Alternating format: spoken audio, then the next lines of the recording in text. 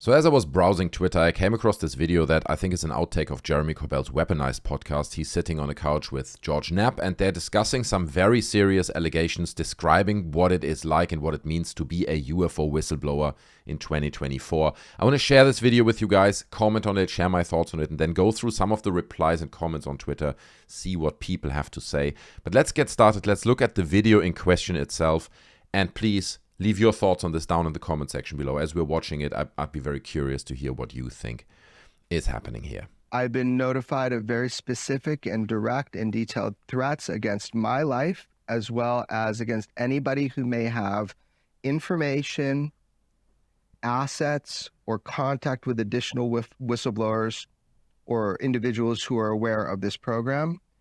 So much so that I have taken action through law enforcement. Okay, hold on. I just have to pause there for a brief second. Now, I'm laughing. It's not funny, obviously, right? I think Jeremy Corbell is an absolute douche nozzle, but never under any circumstances should you put out threats against anyone's life. Not on the internet, not in real life, not in person, anything.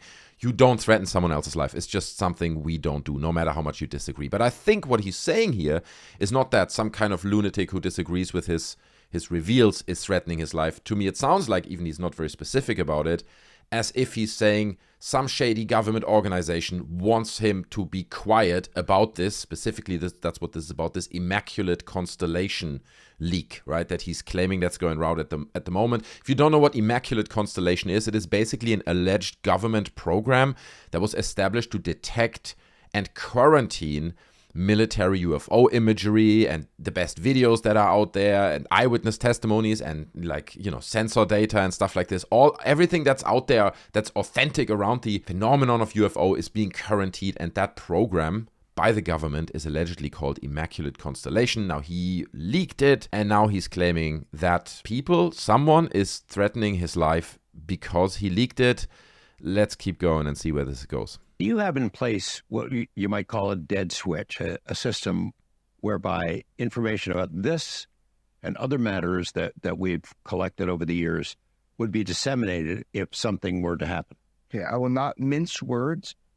We have had in place for quite some time, unrelated to this story of Immaculate Constellation, that if you or I are removed from the equation, that you have absolute, uncontrolled, catastrophic disclosure of information that would be dangerous to the United States of America, that would be dangerous to global policy, that would be dangerous in many ways.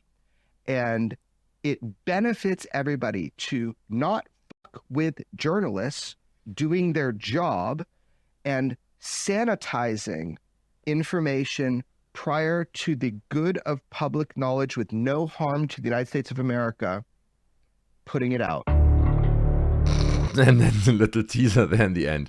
Watch The Thing. I've got a thing coming up. All these crazy secrets that I can't reveal right now because it's our insurance policy.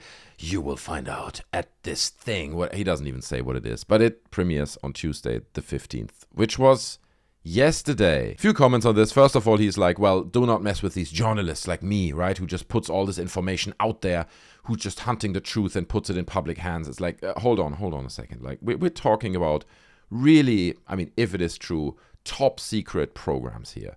We've seen in the past what happens to whistleblowers and leakers who leak information like that. For example, Edward Snowden, right? Like, from inside the NSA, he had a lot to say. He's now living in Russia, and he's only living there because if he would be in the United States, he would be prosecuted and most probably horrible things would be happening to him. Another example, I guess, is WikiLeaks, Julian Assange, right? He came out with a lot of information about, I think it was the Iraq war, Afghanistan operation. I don't know which one it was. I don't recall now. But so much information that the government does not want to come out, right? And it's not even as sensitive, I would argue, as the idea that they are hiding all this information about UFOs. And we've seen what happened to these people. Julian Assange lived for 10, 15 years in an embassy in the UK now, the Ecuadorian embassy, if I'm not mistaken. And only recently he struck some kind of deal with the government so that he's allowed to leave the embassy. If you are a real whistleblower and you're really putting that kind of information with that value and importance at risk of being leaked, the government does not send you threats, right? I would argue, right? I'm not working for the government, but I would argue that they're not if you do this one more time and talk about it, having a weekly and monthly podcast, I don't know how often his podcast comes out, but then it will have consequences. It's like, that's not how they operate. If they feel you are leaking information that has that level of value and secrecy, you're being arrested. You're being removed from the equation. And trust me, they don't care whether you have a kill switch somewhere where you claim you have all this information that will change the world and pose a risk to the United States. And I mean, that's the other thing, right? Jeremy Corbell has been leaking it feels like at least, okay, this is like just my perception of what he's doing, been leaking anything and everything he could get his hands on. A lot of the information that came out through him in the past were sketchy at best, in my personal opinion. Okay, I mean, I looked at it, I debunked some of his, like including the jellyfish UFO and so on. So I think he does not have a lot of credibility. Again, that's just my perception. You can absolutely disagree on that. But I think he's lacking a lot of credibility. And if you come from a platform where you have kind of really diminished a lot of your credibility over the years, and you are in the position in terms of believability that Jeremy Corbell is in right now, then what do you expect people to say when you say something like this, right? When you say, oh, my life is being threatened right now, what's going on? People are not going to suddenly turn around and take that serious and be like, yeah, oh my God, his life's being threatened, right? And that is very much reflected in the comments under this post. I mean, you just need to go through it. It's wild. Why not just release the information now then? After all, isn't this info what they claim they are trying to find in the first place? It's an interesting point, right? It's almost a little bit like a chicken and egg situation. It's like, we are investigative journalists and we find the truth about UFOs. In fact, we already have the truth about UFOs, but we're not releasing it because if we would release it, it would do harm to the United States and we want to protect ourselves and have it as an insurance. And it's like, what? And that's kind of my point. I think if Jeremy Corbell would get his hands on serious information, traceable, reliable information that would prove a program like Immaculate Constellation, he would put it out there. That's what he does. That's what he says in this interview, right? Like, we are these journalists, we put information out there, and then the next sentence he says, well, but we can't because we got to protect ourselves. Like, these two things don't really come together in my mind. Or are they just trying to drum up publicity? What? Could that be possible? That's such a wild thought. I mean, that's exactly what I'm saying, right? If you have been diminishing your credibility over all these years with like dodgy leaks and by saying they're making this god-awful Bob Lazar documentary that, again, did not do his credibility any favors, don't be surprised when you come out with a video like this, making these obviously very concerning claims with a little teaser in the end that says the thing you should watch launches on this date, that then people come forward and say, well, it's probably just to drum up publicity, and they don't even take that level of threat serious anymore, right? Like, you have put yourself into that position over the past 6-7 years where you established yourself as this person, and now you come out with something that's very serious on paper, but because what you've done and how you established yourself over the past years, everyone's like, yeah, all right, man, it's just a marketing campaign for your new thing, isn't it? Which is horrible, right? That anyone would react like this to someone saying, my life is under threat. But again, you got to think about where this comes from. Why do people react this way? TK says, I'm sorry, I don't believe this, and I feel it's a LARP. Justin Golzari says, yeah, smells like some bull rap to me. When these dudes pop up, pay attention not to them, but to what's actually happening in the world. And I don't mean aliens. I kind of agree with that statement, right? It feels so much like every time they come out and say something, oh, this big program, Immaculate Constellation, there are many other things happening in the world that we really should be paying attention to. It does feel like some form of distraction. I don't know whether it is or not, but it certainly feels like one, so I can see where this guy's coming from. Anubis of the Deep says, if I have to listen to Jeremy Corbell for more than 15 seconds, the threat to his life is going to come from me. Oh, no. Watch out for those Twitter T's and C's. I'm not sure that's legal to say something like that. Even it's clearly just sarcastic. Seriously though, while I will not deny he has done a lot of good for ufology, he needs to grow up. His poor self-presentation undermines his credibility, and listening to him is an insufferable exercise in masochism. Jesus Christ. Buddhist monks in the middle of self-immolation feel less pain. His surf punk profanity mixed with his performative anxiety made me momentarily side with the man in black. I'm back now, but I can't watch him again. But you see what I mean. You see the kinds of responses. These two are living in fantasy land. Troy McClure's Ghost says, lol.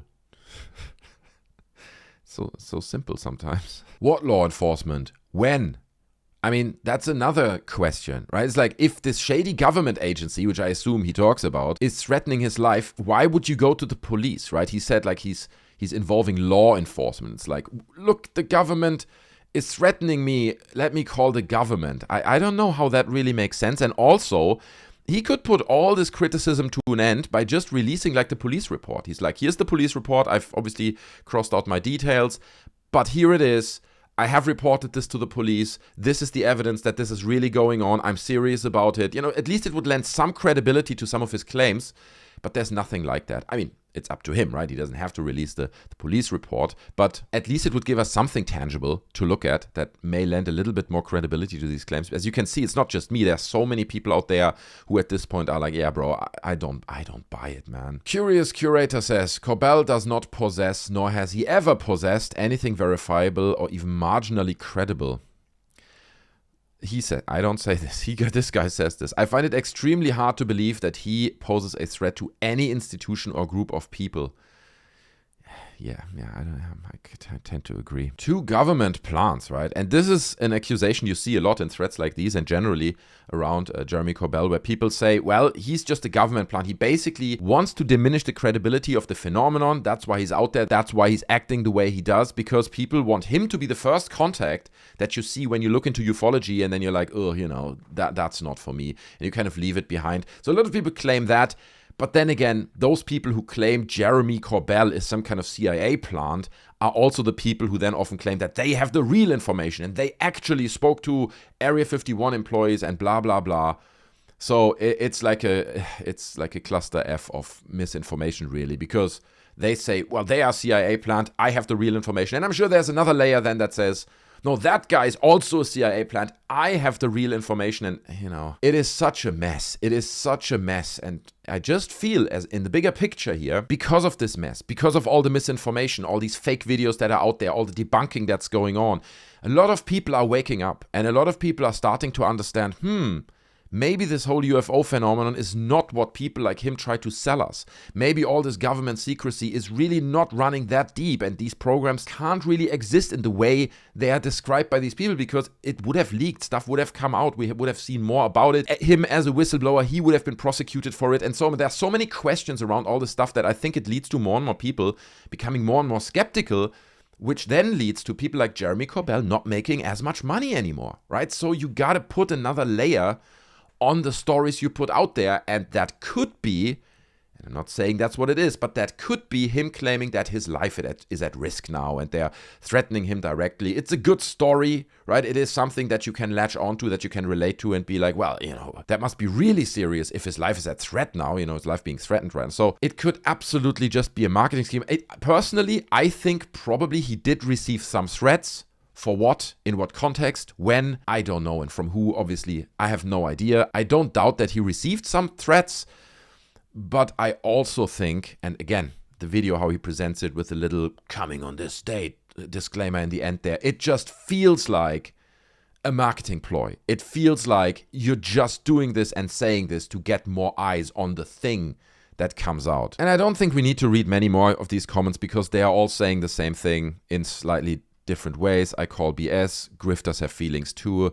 Sure, they have. And watch the engagement decrease more and more. Subject, you guys continue to just talk 1,000 times. No proof.